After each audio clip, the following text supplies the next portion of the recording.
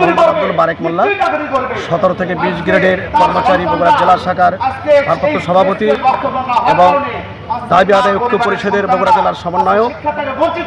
আপনারা ইতিমধ্যে অবগত হয়েছেন, কর্মচারীরা তাদের পে স্কেল বাস্তবায়নের জন্য দীর্ঘ 1 বছর অতিবাহিত করে আজকে যমুনা মুখে যাওয়ার প্রস্তুতি নিচ্ছে।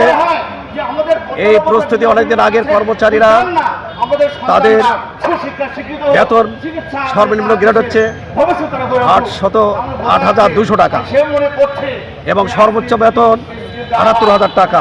এই বৈষম্য মুক্ত করার জন্য 24শে আগস্টের পর সরকার একটি পে স্কেল গঠন করে, কিন্তু অদ্যাবধি সেই পে স্কেল রিপোর্ট দেওয়ার পরেও আজকে সরকার বিনয় বিভিন্ন তাল বাহানা করে আজকে তা বাস্তবায়ন করছে না।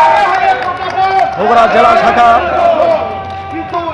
প্রস্তুতি নিয়েছে এবং ঢাকা সমাবেশে যাবে এবং যমুনা ঘেরাও করবে এবং দাবি আদায় করে তারা ফিরবে ইনশাল্লাহ। ধন্যবাদ আপনাদেরকে। ধন্যবাদ। বারেক সাহেব, একটা প্রশ্ন, সেটা হলো যে আগামী 12 তারিখে নির্বাচন, এই নির্বাচনের পরে এই সরকার বিদায় নেবে।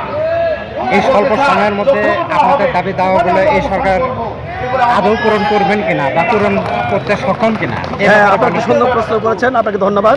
আসলে পূরণ করতে সক্ষম হবে, কারণ অর্থ উপদেষ্টা ইতিমধ্যে জানিয়ে দিয়েছেন তারা অর্থ জোগাড় করেছেন এবং সব প্রস্তুত করে ফেলেছেন।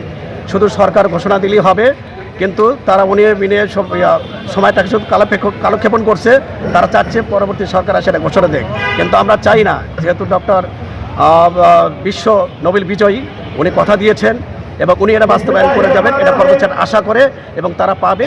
সরকারি কর্মচারীরা এটা একটা পার্ট, তারা নির্বাচনের সহযোগিতা করতে চায়, কিন্তু তাদের পেটের ক্ষুধা নিয়ে তারা যেতে চায় না। হ্যাঁ, তারা পেটের ক্ষুধা নিয়ে যেতে চায় না। পর্যন্ত এই সরকার 12 তারিখের আগে আপনাদের এটা যদি বাস্তবায়ন অবশ্যই মেনে নেবে। সেই ক্ষেত্রে আপনারা কি করবেন? কোনো যদি পরবর্তীতে মেনে না হয়, সরকারি কর্মচারী আমরা কেন্দ্রীয় কমিটিতে সিদ্ধান্ত দেবে, সেই সিদ্ধান্ত অনুযায়ী আমরা সব কিছু মেনে নেব ইনশাল্লাহ, এবং সেই সিদ্ধান্তের জন্য আমরা অপেক্ষা করতে থাকবো।